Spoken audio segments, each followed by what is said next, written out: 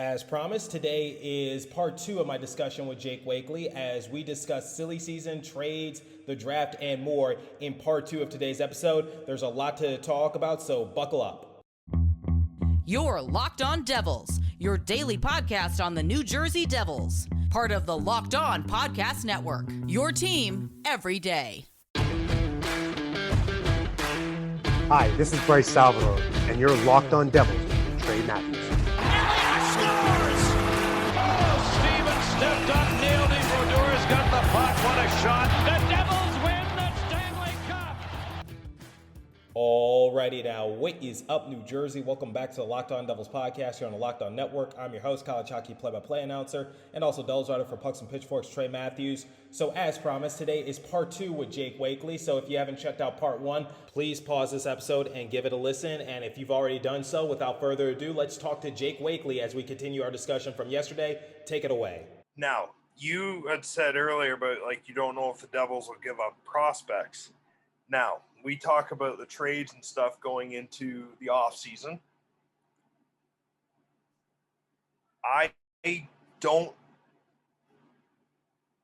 want to believe Fitzgerald will give up prospects, but I'm not going to believe it until I see it because he has yet to give up prospects to bring in a player. Now, if that said player is, say, Alex DeBrincat, all right, we can have a conversation. And I know you made a video about this too. Yes, because it's just like, if you think, because here's what the Chicago Blackhawks are going to demand. They're going to demand a first-round draft pick because they lost their first-round draft pick due to the Seth Jones trade last year. So it's like, the Chicago Blackhawks are going to be questioning, saying, we want that second overall pick. And I'm just like, look, I love Alex DeBrincat. I don't think his size would be an issue. I think he's a very good player, but giving up a second overall pick for his services, I'm a little hesitant about that. But, you'd have to see. Obviously, it wouldn't be a 1-for-1. There would be other pieces involved. But if we're just starting with that baseline, no. But I would have to see what else would be involved, kind of thing. Yeah, so I would do it knowing – I'd only make the trade knowing if I can get him signed to an extension. Because he's going to be an unrestricted free agent, I believe, after next season. I believe he's eligible for unrestricted free agency. He's fast. Now, would he move? Yeah, so now would he move the needle? Oh, absolutely he would. He's a 40-goal scorer. He's a 30 to 40-goal scorer. Now, but the size is still a concern. Let's face it, the Devils lack a lot of size. Now, I actually disagree with you in that regards because the Devils are actually in terms of average height and average weight, they rank in the top 10 for the NHL according to Elite Prospects. So they're one of the tallest teams in the NHL. I think they rank number 8 for average height, and then for average weight, I think they rank number 9 in the entire NHL. That's according to Elite Prospects. Because I did that, and I talked about that in one of my Alex DeBrincat episodes, saying that I don't think his size would be an issue because the Devils are one of the biggest teams in the NHL, actually. So just wanted to put that out there. Oh, I didn't actually know that. It's just I'm so used to seeing all the somewhat smaller guys on their on the ice for them, right? Because I'm used to seeing Bratt, Hughes, and whatnot. But Kevin Fiala, though, I will say I think that one's going to happen. There's way too much smoke there for him not to get traded. Now, Fitzgerald and Billy Guerin are really close friends, too. And Minnesota's hand is kind of tied here because they got about $12 million in dead cap from the Parise and Suter thing. So you may still have to give up a first. But I think if the Devils do give up a first here, it's going to be next year's first, and they're going to obviously make sure it's top 10 protected because, let's face it, you're protecting any first next year you're giving up because of obviously the top 3-headed monster that's at the top of that draft class next year. Yeah, I actually did a video on that. I was like, look, if we are going to trade a first-round draft pick, okay, maybe it's not this year, but next year to get Kevin Fiala because I would love to have him on the roster. And I hear that he and Nico Hischier get along as well. They're both from Switzerland. So it's just let's shoot for that. So, next year, like you said, protected. But at the same time, I believe the Devils will do better come next year. Yeah. So that I agree. I don't think we have to worry about that draft pick, potentially being number 1 or number 2, because that's what we had to worry about this year, because we thought we were going to get the 5th overall pick in the draft, but we got lucky and we got the 2nd overall pick over the Arizona Coyotes, who did worse than us. And, Montreal Canadiens obviously got number 1. So the Devils got really lucky, but if it was the 5th overall pick, I think the Devils would be willing to trade that for Kevin Fiala. But obviously, since that changes a little bit, now you could draft Uri Slafkovsky, you could draft Logan Cooley, Simon Nemec, whatever the case might be. Outside the top 5, this isn't really a deep draft class from what I've been hearing. So Devils are in a pretty decent position to get another franchise piece, whatever the case might be. I say do not trade away the 2nd overall pick unless you could get like a top-notch player in that sort of way. So yeah, you're absolutely right, which is maybe next year or use next year's 1st round draft pick as sort of like a compromise for the Minnesota Wild in that sort of way. Now, I got to ask you this. I was recently given a silly season hypothetical trade scenario from one of my colleagues at Locked On Leafs. Here was the situation. William Nylander, Rasmus Sedin, the rights to Jack Campbell, and the 25th overall pick in this year's NHL draft. In return, we give away Mackenzie Blackwood, Damon Severson, and the 2nd overall pick. Would you do that trade? Why or why not? I would do the trade on one condition. If I know I can sign Jack Campbell. Exactly. That's one of the things that I was worried about, because Nylander is signed for next year and the year after that. He has 2 years left remaining on his contract. So you're just going to have to roll the dice and see if he wants to sign an extension, but you can possibly see if there's mutual interest between his agency and New Jersey Devils, and maybe would he hypothetically want to sign an extension? Or for Jack Campbell, it's just we get the rights to him, which means we get first dibs to, talk with him before he enters unrestricted free agency. So the Toronto Maple Leafs, they have the rights to Jack Campbell. So I think from this very second to free agency, they can talk to him and say here, we have an extension on the table, yada, yada, yada. And then Rasmus Sedin is going to be a restricted free agent. But at the same time, we still get a 1st round draft pick. It's towards the tail end of it, but still 1st round nonetheless. And, we gave up Damon Severson, and, he's a bit of a bonehead at times. And Mackenzie Blackwood, who's, flip a coin. Well, which Mackenzie Blackwood am I going to get? That kind of thing. So, I say, let's face it, we're not going to get Matthew Tkachuk. We're not going to trade Calgary, the 2nd overall pick, for Matthew Tkachuk. It's not going to happen. I would love for it to happen, but I don't think it's going to work out. But ultimately, it's just that's just one of the things I wanted to ask you, which is, do you have any trade scenarios? Do you have any players you have your eye on come free agency, or maybe someone who might be on the trading market for certain organizations that the Devils could try to target? Would you theoretically trade the 2nd overall pick? I know I'm throwing a lot of questions your way, but I'm just curious to hear your thoughts, what the Devils' offensive or defensive approach should be come the offseason. I'll try and answer this as best I can here in a couple parts. Would I trade the 2nd overall pick?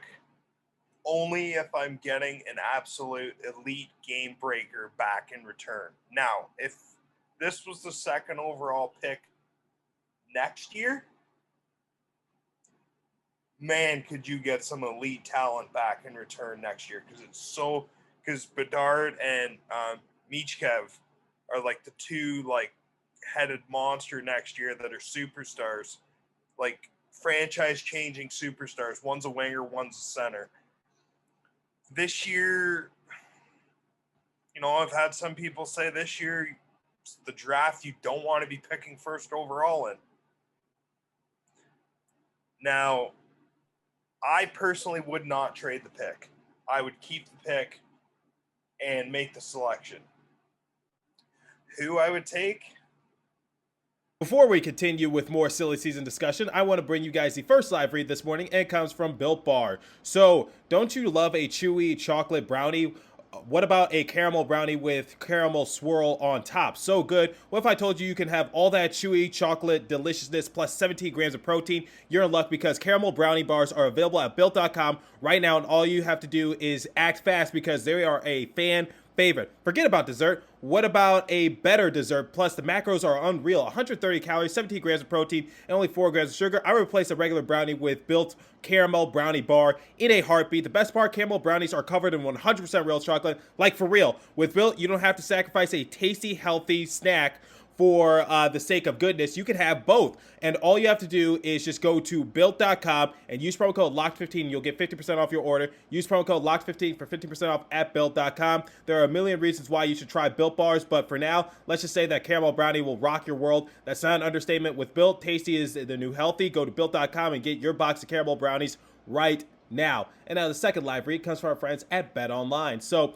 BetOnline is your number one source for all your sport betting needs and sports info. Find all the latest sports developments, news, odds, including this year's basketball finals matchup. I know I'm a LeBron fan, so I should be a Lakers fan. However, I really don't want to see Steph Curry win another championship, but that's just me. The NHL Hockey Conference Finals, I don't really have any eggs in the basket. Oh, wait, no, I do not want the New York Rangers to win, and I think everyone in New Jersey can agree with that. Major League Baseball, and of course, the latest news from MMA and UFC to boxing. BetOnline is your continued source for all your sport wagering information, including live betting, esports, and more. Head to the website today or use your mobile device to learn more about the trends in action. BetOnline, where the game starts. Please remember to gamble responsibly and visit our friends at Locked On Bets for all your betting needs there as well. I go back and forth on it because, like, part of me is, okay, you got the Pittsburgh model where you get Hughes, Heischer, Logan Cooley, and you basically have 3 number 1 centers and 1 stuck playing on the third line for now, or it could be, play wing eventually, but sometimes it's not as easy putting a center over as a winger. I more so lean to Slavkovsky. From what I saw, not only in the World Juniors, but the World Championships, and what he did in the Olympics, but even though what he did in the World Championships, he was playing against NHL guys. And he went out of his way when he was playing for the Czech Republic. I don't know, some people might not know this. He actually asked Thomas Tatar, hey, what's the Devils organization like? And Tatar spoke very highly of Nemec and Slavkovsky, saying, I would love to be teammates with one of those guys in the future.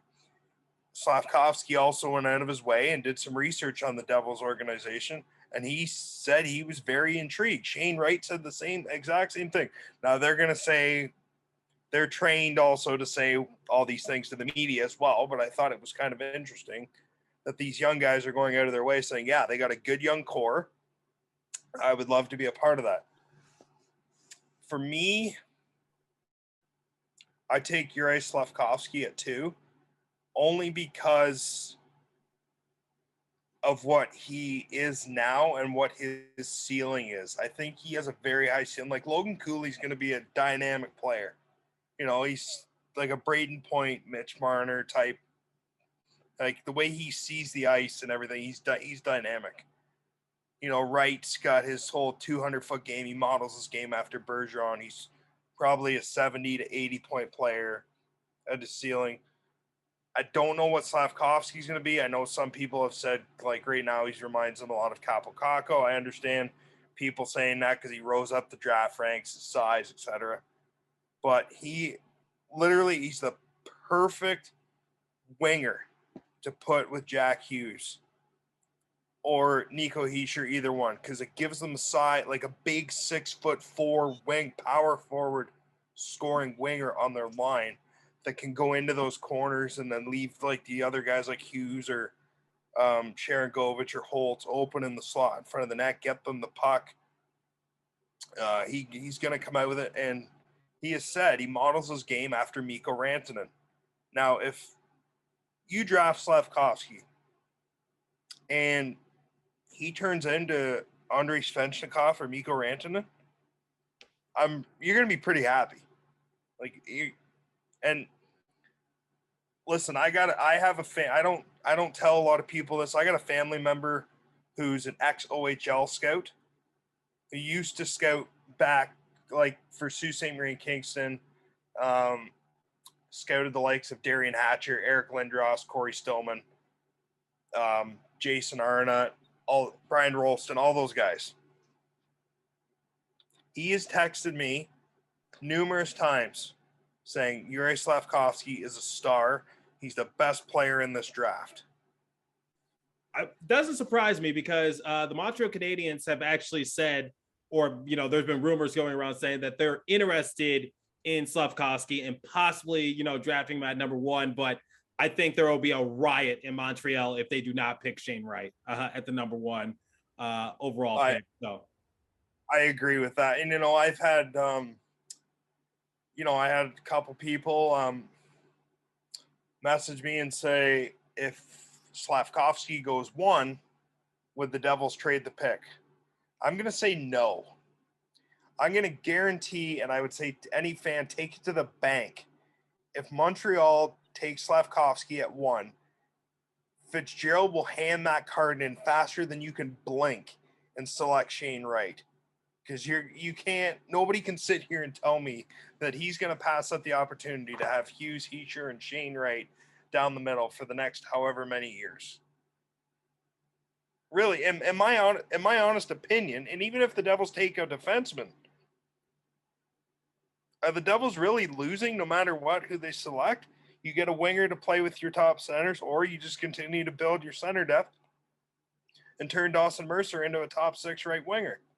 Really, and if all else fails and it pans out, they can't really lose in this scenario. I would have to agree with you in that regard. So basically keep the 2nd overall pick and just see, where it goes, and just keep options open is basically what I'm basically hearing you say.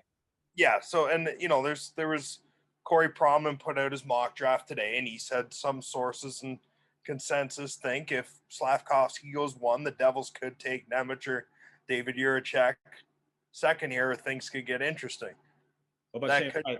Well, I know that they're stacked at centers, but what about Shane Wright? Do you think they would swoop in Shane Wright or something like that? No. Yeah, the Devils will take Shane Wright if he's there at 2. There's no way they're passing up him at 2 if Slafkovsky goes 1. I've been wrong before, but I'd have a hard time believing they would pass up Shane Wright at 2 if Montreal took Slafkovsky at 1. I'm going to tell you, my heart's going to be beating fast come the draft, and we'll see what I'm confident that Shane Wright will go number 1. I just don't see any like I know Slafkovsky is a great player and all, but like I said, there would be a riot in Montreal if they don't select Shane Wright at number 1. But you know what? So just because you're the 1st overall pick doesn't mean you're the best player in the draft. That's right. Now, Trey, I want to ask you about the coaching though, quickly. There's a lot of coaches, top-notch coaches available. And we saw Bruce Cassidy get fired, and we saw his all-time record with the Bruins. It's really good. Now, having Tuukka Rask in net and having the perfection line plays a part in that. But Emily Kaplan reported today, I think it was on the Point Show, I was told there's some NHL teams that are still deciding on if they want to make a coaching change or not. I will read you. I have the exact quote right here. It is right here. She thinks teams that haven't made a coaching change yet that may consider it now given Cassidy's firing and the rest of the free agent coaching field.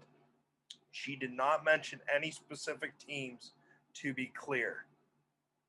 Now, she is the exact same person who reported close to the deadline that there was a done deal. It was close to being done. Pavel Zacha was on his way to Vancouver for Brock Besser. That I can 100% confirm that was very close. And Fitzgerald went into that deadline looking to make hockey deals and kind of laying some groundwork for what he was going to do in the offseason. We see GMs do it all the time. They use the deadline a lot of the time to lay groundwork for what they want to do in the offseason. So that's kind of something. I will send you that that piece off when we're off air about that. But do you think Lindy Ruff is the coach of this hockey team next season now, considering the candidates are available? Now, I've heard he probably will be, but, I mean, now that Cassidy's been fired, I mean, you got to have the discussion, don't you, to move him up to the front office or something? Okay, so I've talked to Jersey Joe about this before, and I'll go back to what I said about Lindy Ruff in general. I don't blame Lindy Ruff for what happened to the Devils this season, because I don't think it was a Lindy Ruff issue. I think it was a circumstance issue because, you know, he had to deal with COVID. He had to deal with injuries. Obviously, Lindy Ruff had to deal with the passing of his father mid-season. So, you know, a lot was just in Lindy Ruff's way in order to, you know, build a successful team. But I think he's done a great job in, you know, developing Jesper Bratt, Jack Hughes, Nico Hischier. I think he's done a wonderful job. It hasn't been perfect, you're right.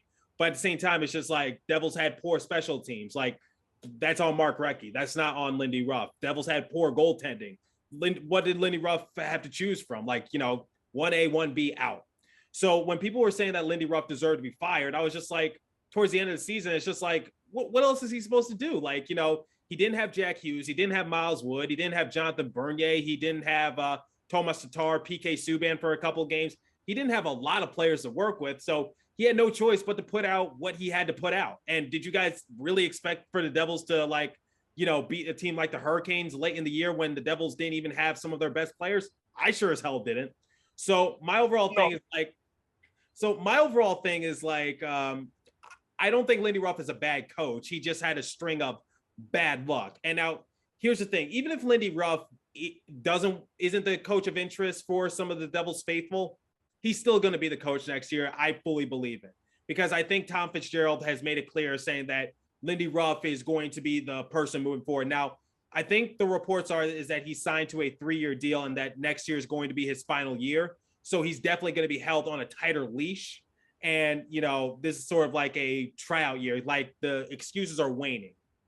So my overall thing is like, even if Lindy Ruff isn't the head coach, he's going to have some sort of role in the Devils organization. And it kind of surprises me because I would expect for him to like have that kind of role with the Buffalo Sabres organization, being a former player and also a former head coach, long time head coach there as well. Not with the Devils organization, but it seems like he and Tom Fitzgerald have a very good relationship. So even if Lindy Ruff is fired, he's going to have some sort of role with the Devils organization. Now, I'm sure you have to have those discussions with Lindy Ruff and just to say, like, look, you know, let's look at the facts here. Cassidy was fired by the Boston Bruins. He is a very good coach. We're trying to take our organization to the next level. If he's interested in the New Jersey Devils, then we're going to have to like move on and, you know, we're just going to have to look at that. But the one thing I say is that we can't continue to have different voices in the locker room. That's the thing, because I feel like that's doing a disservice for some of our young guys. Like Jack Hughes, he's been through a few GMs. He's been through a few head coaches, interim head coaches as well. So it's just like, it's just like, you know, we can't keep like having different voices all the time, you know, abruptly. We got to continue to have some sort of foundation for our future. Even if Lindy Ruff isn't the number one option, we got to work with what we got. And I feel as though, what are we trying to compete for here? We're trying to compete for a wild card spot. I think Lindy Ruff is perfectly capable of leading us to a wild card position. So, you know, sometimes it's not the head coach. Sometimes it's what you have to work with. And for Devils right now, we have a young big three in Hischier, Hughes, and Bratt. And we have a bunch of misfits that we're trying to put together. And Dougie Hamilton is obviously our star for the future. So that's my overall stance with Lindy Ruff. Yeah, and you need continuity too, is I think is what you're also getting at too, right? Like you can't just keep friggin' throwing a coach into the fire here and say, yep, you're gone. Okay, we didn't reach your goal. Yep, okay, you didn't do your job. Yep, you're gone. You gotta, and has Lindy even had a full-on healthy roster in his tenure here? Like on the ice at all times? Well, I don't think he had, really. I saw a stat released by North Jersey, I believe, like early on back in November. The amount of games that Jack Hughes, Nico Hischier, and Mackenzie Blackwood had played together at that time on the same ice, I think it was like 20 games or something like that. So Nico Hischier missed 2/3 of the season last year. We had to move Jesper Bratt to the center position. He did pretty decent. Jack Hughes was still trying to come into his own. So my overall thing is just like, is it really Lindy Ruff, or is it just the circumstances that face him? Yeah, and I want to see what Lindy Ruff can do when he gets a lot of talent on the roster too, like a talented contending team. How far can he take this team? But it's, and I just got the update that Subban won the King Clancy Award. So he did? Good for PK Subban. And also, speaking of PK Subban, the Buffalo Sabres are interested in PK Subban. So, well, Tom Fitzgerald has revealed that I don't think there's going to be an extension for PK Subban. I personally want him back just because of what he brings from a marketing standpoint and what he does in the locker room. But ultimately, and plus, he's a former Norris Trophy winner. I get that he's a shell of his former self, but I take a former Norris Trophy winner on my bottom four defense any day of the week, quite honestly. And I felt like he's. Yeah, I just think the Devils, like, they just need, like, I'm not going to get rid of Siegenthaler, but I think, and Graves was a step in the right direction. I just think, honestly, with the Devils' defense, what their issue is their defense lacks guys that can clear out the front of the net. Like, do they have a full-on? Is there a defenseman on the team really that's physical enough in front of the net that makes the opposing team go, oh, I don't want to go in the corner against that guy. I don't want to go to the front of the net battling that guy. Probably not, quite honestly. Probably not. I think that's something they lack. Now, Miles Wood would do it if he was a defenseman, but yeah, Miles definitely would do it if he was. Obviously, he's a forward, so that. So, but to answer your question, no. Yeah. Now, before we, wrap this eventually up, you asked me who I think, like, their trade targets could be. I think they got to try San Jose again on Timo Meier. Now, probably I would sway away from it only because his $10 million qualifying offer is kind of like, that's a little iffy for me. I'd still call Vancouver. I don't know what they're going to do because nobody really knows. Like, everything's up in the air with them there. Honestly, the forward I would go after is Andre Palat. 3 years, 5.75, 6.3 million, 4-year deal. 100%. All that guy does is now, is he a product of playing with Stamkos and Kucherov? Maybe. But, man, you get into the playoffs, that guy shows up. What would you give up? That's the question. He's a free agent. He's an unrestricted free agent. Oh, I'm sorry. Yeah, that's my fault. Yeah, so that'd be interesting. That would be, and we do have the cap space. Obviously, we still got to pay Jesper Bratt, but when this episode goes live, when I'm like in France or whatever, it's just like we could have already extended Jesper Bratt when this episode goes live, but at the time it's recording, Jesper Bratt is still, I guess, working on the details, but we'll see what potentially happens. But ultimately, I'm really excited for the future of the New Jersey Devils. I'm looking forward to the offseason, and I'm looking forward to seeing what this organization can definitely do come next year. And I think it's going to be an exciting year if they have a successful offseason. So, Jake, before we wrap up, do you have any final thoughts you want to share? No, not really. Just, I'm looking forward to the playoffs to finally ending and, seeing what the Devils can do here. The future's bright, and, anything I hear, I'll make sure to pass it along to you guys. And I enjoy your show. I'm a big fan. I've subscribed to your show on YouTube channel as well, and I try not to miss an episode of yours on Spotify for podcasts and whatnot. So I appreciate you having me on, and I hope to join you again for another episode as we get closer to the draft and maybe closer to free agency. Definitely. And I appreciate that, Jake. So as I say to all my listeners, continue to stay safe. Have a wonderful day in New Jersey. Go Devils. And we'll see you in the next episode. Once again, I want to thank Jake Wakely, another Devils podcaster, Devils personality, for taking the time to do this sit down discussion. Pleasure's always mine, Jake. Thanks for taking the time to do so. And we hope to see you in a future episode. All right. Thank you.